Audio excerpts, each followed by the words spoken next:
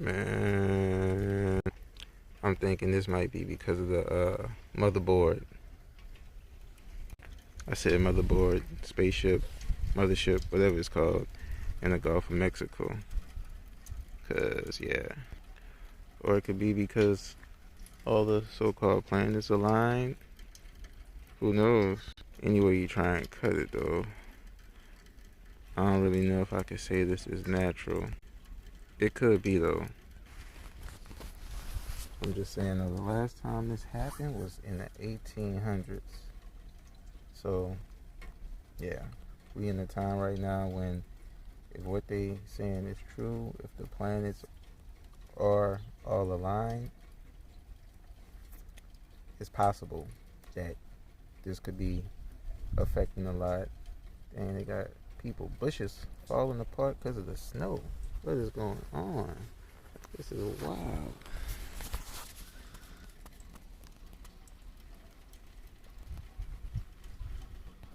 Just take a look at it.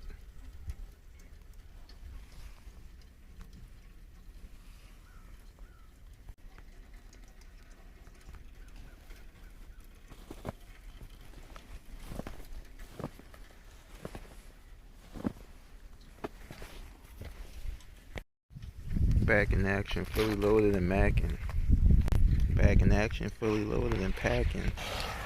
But yeah, this I would say it's a possibility. This is from the motherboard, mothership, supership, spaceship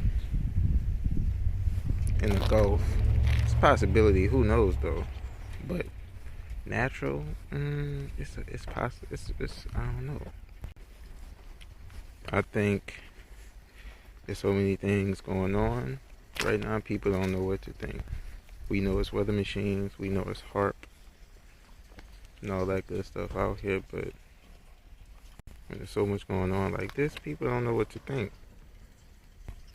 But what I am sure about, whether it's weather machines or whether it's natural, it's definitely a sign of the times. Definitely part of the pole shift, all that good stuff. So it's time to be getting your vibrations right.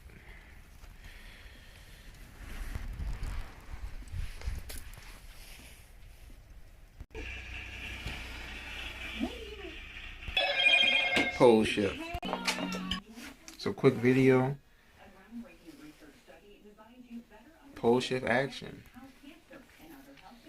Whatever is going on, what I can say is that it is a sign of the times. And what we all need to do as a collective is be prepared. So, ways to do that. I remember Dr. Delbert Blair talked about it. He talked about times like this. Bobby Hemmett, Dr. Phil Valentine. A lot of metaphysicians talked about it. So, meditation, for a while, since as long as I can remember, I started taking meditation real serious in middle school. In high school, I really started to branch off with the different types of meditation I do. First and foremost, meditation, you know, in its like simplest form is breath work. If you're talking about that kind of meditation, what I do when I get up in the rising, I do guided meditations now. But when I first started, I would breathe in deep, slow and steady, breathe out. And once you do it enough, you're going to start to feel calm, cool, and collected. But then you're going to feel energy deep in what we call in the Western civilization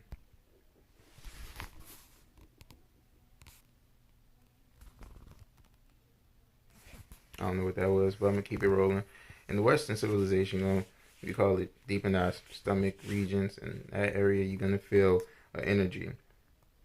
The breath, with the breath, you don't just breathe in air. You breathe in gases. You breathe in whatever else is in the air, but you also breathe in chi, prana, ether, ki, k, whatever you want to call it, ka,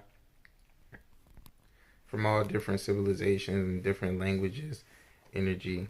That's one of the things that gets us so confused, all these different terms and everything, when a lot of these religious groups and spiritual systems are all talking about the same thing in essence, but they fight and go to war and this and that because they think they're talking about something different. Some of them are talking about different things, like, people who just don't believe or don't know in anything.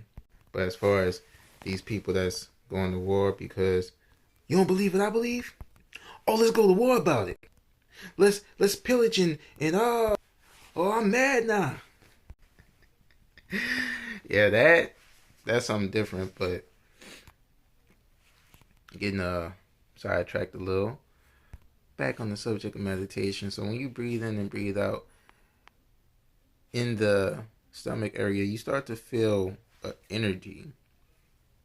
Depending on the person, it could take longer, it could take a shorter time, but doing it over time, you're going to get better at pulling in chi, pulling in energy. Because of this, you're going to need to eat less. Always stay hydrated though. But when you're pulling in all of the energy that you learn how to pull in, you're going to require less energy as far as what you're eating. Now, of course, if you're hungry, by all means, hey, either plate of steak, either plate of cake. Nah, but seriously, if you're hungry, eat. Don't just starve yourself. But after doing this periodically over time, you're going to get a rhythm. You're going to get a system down packed, and you're going to know how to do it. So one day, I was meditating years ago. It was the season of Mardi Gras. I'm meditating. I get up and I meditate. Breathe in, breathe out. If you're doing it too, another good way to know if you're doing it right, whether you sitting up or laying down, you're gonna get real relaxed. You might even fall asleep. Some people prefer just Indian style, and that's good too. Some people swear by it, like that's the only thing. But there's other ways to do it. It's just how you prefer it. At any rate, you're gonna feel energized, and you might be so relaxed you might fall asleep. But at the end of the day, you're still gonna be energized. You know you're energized. Pretty much when you feel it, you feel it. If you know, you know. So after meditating one day, it's Mardi Gras season. I'm doing Uber. I go out, and here's some of the things you notice and you benefit from doing this. If you're already sensitive, you already got ESP, extra sensory perception. You're gonna be amplified to even greater extent. You might be clairsentient. You might be clairaudient. You might be one of the clairs. Hell, you might even be all the clairs. Whatever was happening with me this day, I go out after doing my daily routine of meditation. It's Mardi Gras. Somebody had an Uber Eats order. If you ever been to New Orleans, you know what Canal Street is. It's a parade going on, and I can't get to where I need to go. So I park off of Canal Street, but I need to get to the other side. Just driving to the person's house is 9 minutes away. So I'm sitting there like, dang, how am I going to get to where I need to get?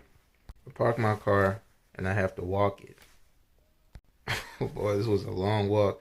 I'm trying to remember how I even got to the person's house and walking. It was a long walk, but hey, do what you got to do. So as I get out the car, I feel energized. I had a good meditation at Rising. I should feel energized, and I do. But what happened next was wild. Even for me, I've been dealing with supernatural stuff all my life, having all types of so-called supernatural experiences. So I get out the car. Anybody who's ever did any type of energy work, you know about all the different types of energy, or you know about a few different types of energy. It's energy that is generated in crowds called ambient energy. This is why performers who get on stage and dance and sing and rap, they feel like supermen. A lot of times they say in interviews, if you ever heard any of them in an interview, they take in y'all energy. Why you think they tell you to hold your hands up in the air? What, you ain't see Dragon Ball Z? When they trying to do the spirit bomb, or they trying to do anything that takes a lot of energy, they get their friends to help them. Same thing in church. On Dragon Ball Z, we saw it. Goku, Gohan, Trunks, give me your energy. They putting their hands up in the air, and what's happening? Energy is leaving their body from their hands. What people doing at parades? Hey, mister, give me some beads. And there goes your energy, baby. There goes your energy. So I get out the car, and I'm extra sensitive. And I meditated that rising. I'm feeling super energized. I could do like 300 spins and then bust a moonwalk. That's how energized I was feeling. So I could feel with the ambient energy, first of all, which I could feel it. But what it is it's the energy we naturally give off just on the daily, doing our natural daily activities and routine. But it's more amplified in crowd settings. This is why they harvest energy at crowd settings, anywhere public, concerts, churches, the mosques, temples, anywhere where a crowd or group can be gathered, they can take the ambient energy.